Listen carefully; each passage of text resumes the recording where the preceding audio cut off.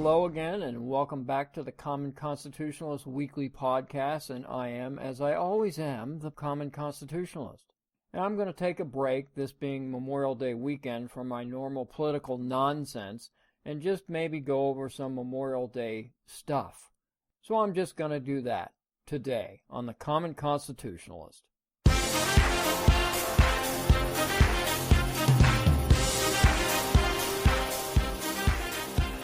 Listening to the Common Constitutionalist, broadcasting from an undisclosed location, free from the prying eyes of establishment black helicopters.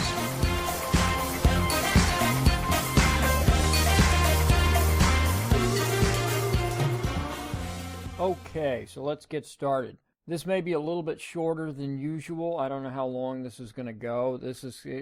Some of this stuff gets a little heady.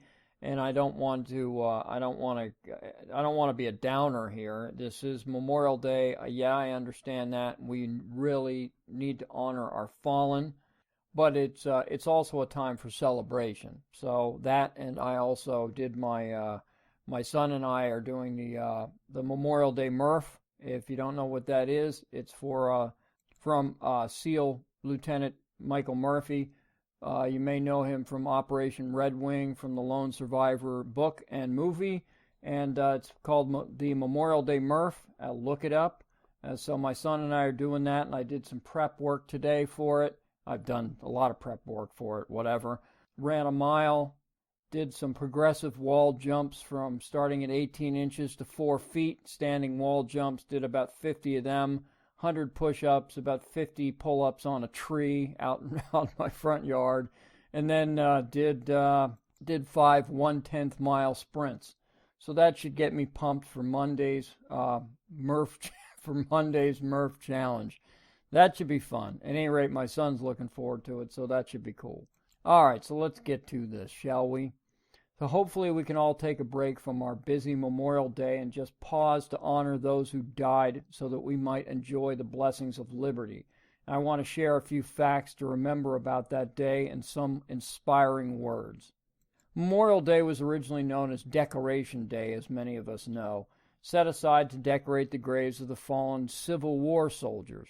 On May 30th, 1868, President Ulysses S. Grant presided over the first Decoration Day ceremony at Arlington National Cemetery, where some 20,000 Union and Confederate soldiers were buried. Obviously, we all know of Arlington National Cemetery, but what many of us do not know about the cemetery is that until 1864, Arlington was actually a plantation, a southern plantation owned by Confederate General Robert E. Lee. On that first Decoration Day, James Garfield, Civil War general, Republican congressman from Ohio and future president, also spoke at Arlington. Garfield said, "I am oppressed with a sense of the impropriety of uttering words on this occasion. If silence is ever golden, it must be beside the graves of 15,000 men whose lives were more significant than speech, and whose death was a poem the music of which can never be sung. They summed up and perfected by one supreme act the highest virtue of men and citizens." The World War I poem In Flanders Field, written 8 December 1915 by Canadian Army Lieutenant Colonel John McCrae, inspired the Memorial Day custom of wearing red artificial poppies. The poem is as follows. In Flanders fields the poppies blow, between the crosses row on row, that mark our place, and in the sky the larks still bravely singing fly. Scarce heard amid the guns below, we are the dead. Short days ago we lived, felt dawn, sunset glow. Loved and were loved, and now we lie in Flanders fields. Take up our quarrel with the foe. To you from our failing hands we throw. The torch be yours to hold it high. If ye break faith with us who die, we shall not sleep, though poppies grow in Flanders fields. Inspired by the poem, a Georgia teacher and volunteer worker named Moena Michael began a campaign to make the poppy a symbol of tribute to veterans and for, quote, keeping the faith with all who died, unquote. The sale of poppies has since supported the work of the VFW.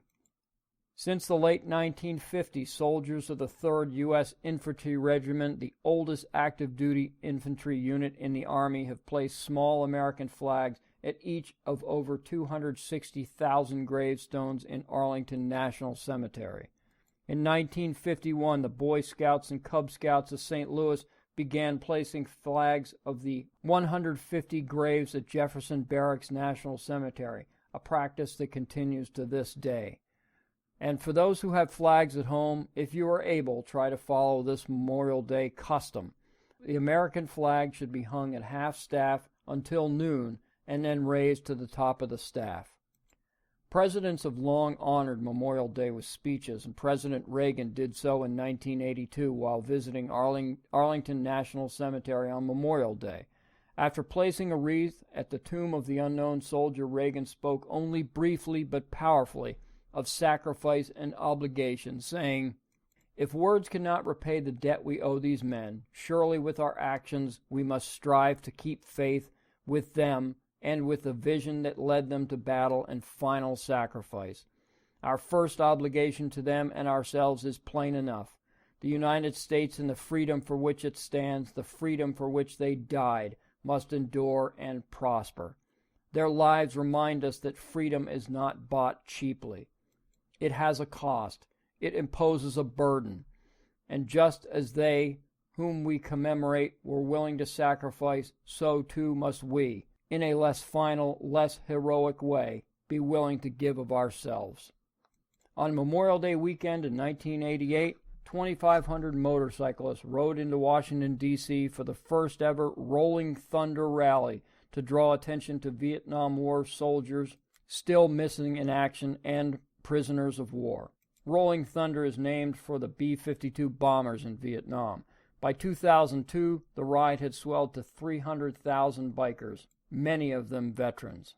And lest you think our men and women died needlessly in wars, maybe this can add a little perspective.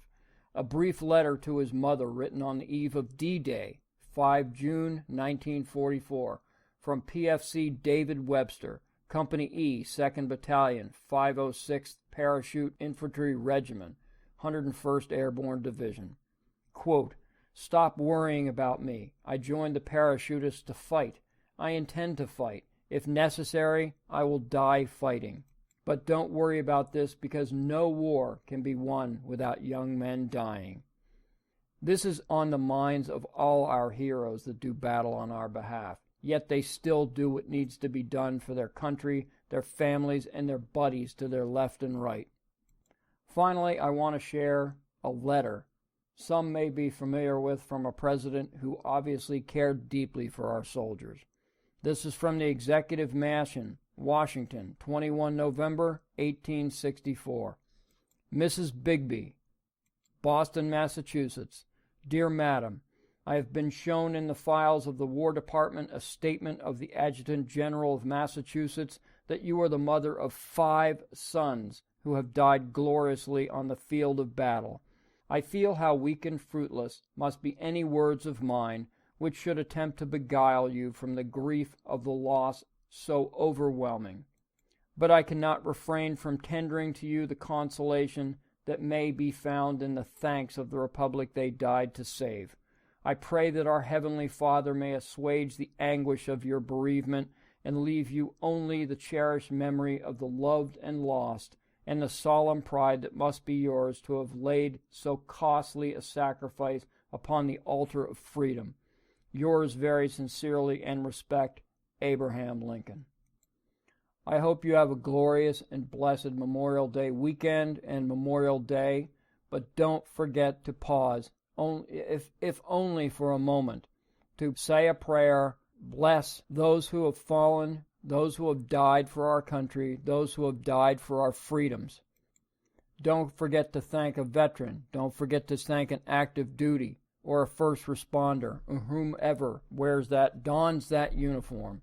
Those are the people who have sacrificed and may still be asked to sacrifice their lives to retain the freedom that sometimes we take for granted.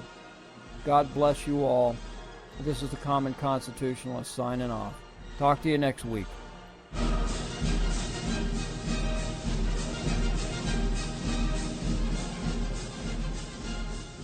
Thank you for listening to the Common Constitutionalist Weekly Podcast.